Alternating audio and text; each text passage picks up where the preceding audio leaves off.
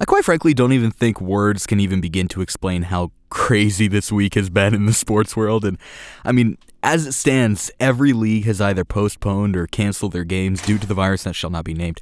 This includes yearly events like March Madness. I mean, even as of a few days ago, things were already crazy enough. But this NFL free agency and trade cycle has made an already crazy time to be a sports fan even crazier, with like blockbuster trades like DeAndre Hopkins to the Arizona Cardinals, which was just stupid, and then Stephon Diggs to the Buffalo Bills, and then you have players like Jadeveon Clowney and Phillip Rivers hitting free agency. Huge players for their respective teams will be free agents next year. However, I don't really think any off-season storyline has even come close to the storyline surrounding Tom Brady. It's funny, the New England Patriots dynasty is one that is known by even the most casual of sports fans that really aren't even sports fans. I mean, 9 Super Bowl appearances and 6 Super Bowl wins over the last 2 decades. It's safe to say that in the NFL's 100-year history, this run is the best run of any team ever. So, it came to many as a surprise when rumors started swirling about Brady possibly leaving the Patriots in the offseason. Though, I mean, at the time it was bound to make its way through the news cycle in an effort to get some cheap clicks as Brady's contract in New England was up. So, I mean, there's no way he'd actually leave the Patriots, right? Except there was kind of a different feelings surrounding the subject this time around.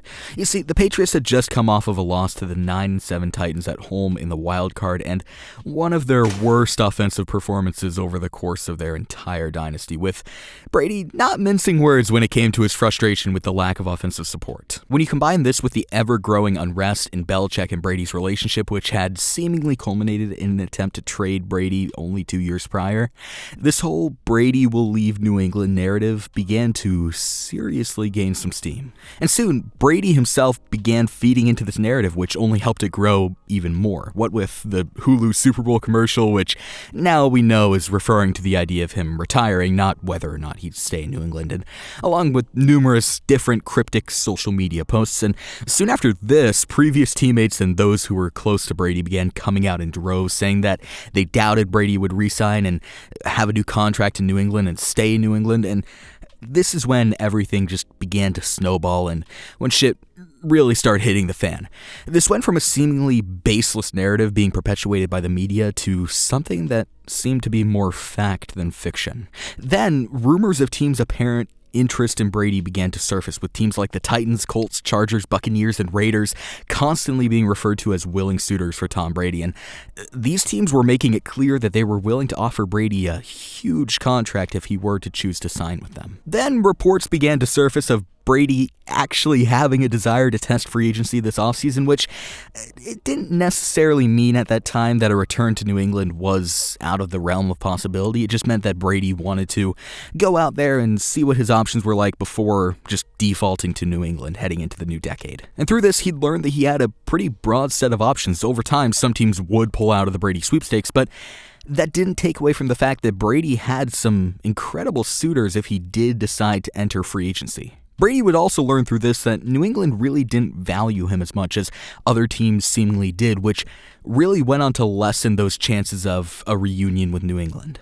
More and more, it was beginning to feel like Tom Brady's time in New England had seemingly come to an end. Rumors on top of rumors, reports on top of reports, and all of these finally came to capsize when Brady himself announced on his social media that he was going to be turning a page. On March 17th, one day before Brady officially became a free agent, one day before the new league year, Brady made his decision on this whole matter public. He'd come to a decision to leave the New England Patriots, and with him officially announcing this, it felt as if the entire world had just been lit on fire, because now we didn't just have old teammates or insiders in Brady's camp giving reporters information or their opinions. We finally had first-hand information, first-hand factual information about what was going to happen to Tom Brady. The speculation about whether or not Brady would return to New England was then replaced with even more speculation about where Brady would be playing in 2020 now that New England was not an option.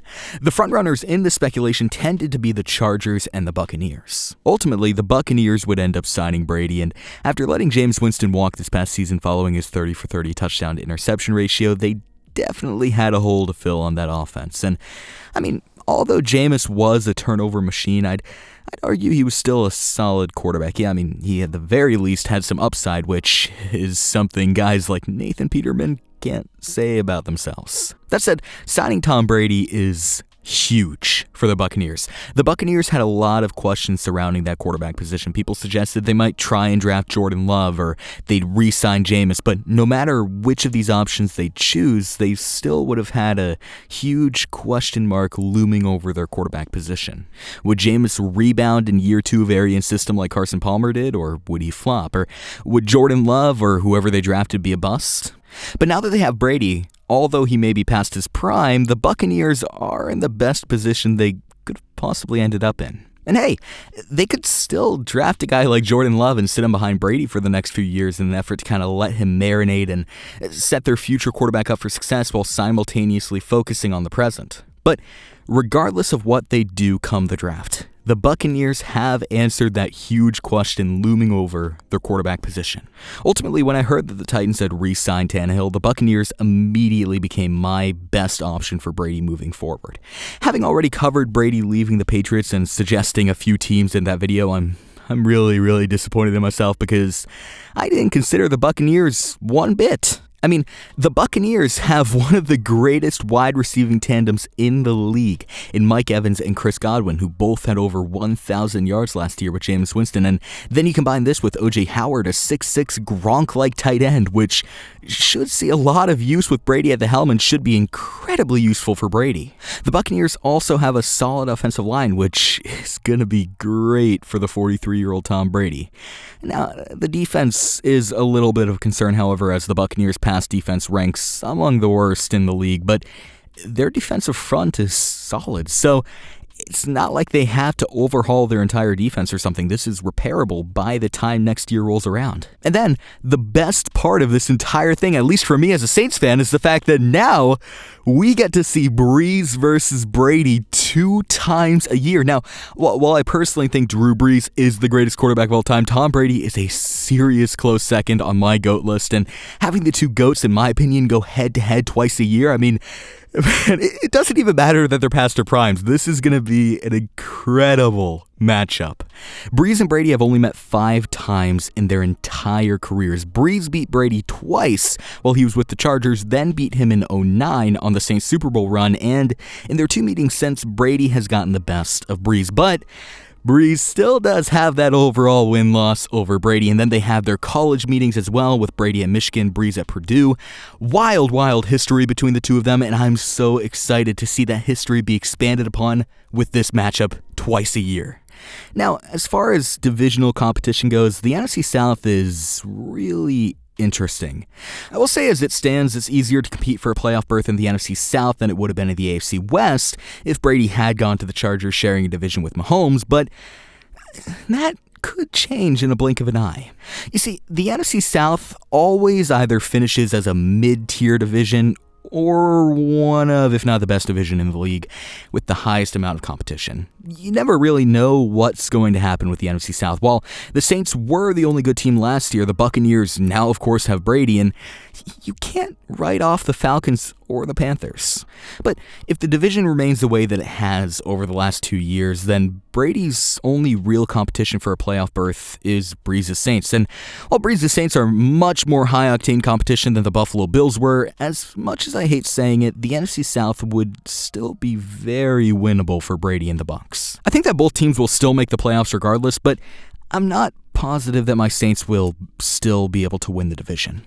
I think there's going to definitely be a struggle for the division in the NFC South, and if the Saints don't put up that struggle, then it's definitely going to be the Falcons or the Panthers putting up the struggle, but ultimately, this is no cakewalk, Brady. Now, there is one question that I have regarding this signing, and one thing that I can't wrap my head around just yet, and it's whether or not Arians' system is going to work for Brady. Now, Arians' system is incredibly complex, which Brady is used to with Belichick's system, don't get me wrong, but the systems are complex for 2 entirely different reasons. Now, due to how complex Arians' system is, it has a reputation for causing an inflated interception total in its first year of implementation, but in the second year of Arians' system, it's incredibly successful. So does this mean Brady is going to have a down year in Tampa, then come surging back in 2021? Or maybe Brady will be an exception to this rule?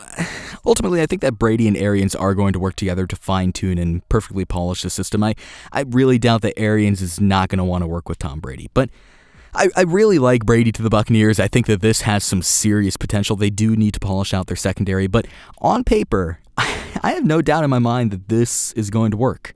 So let me know what you guys think in the comments down below about Brady signing with the Buccaneers. Peace.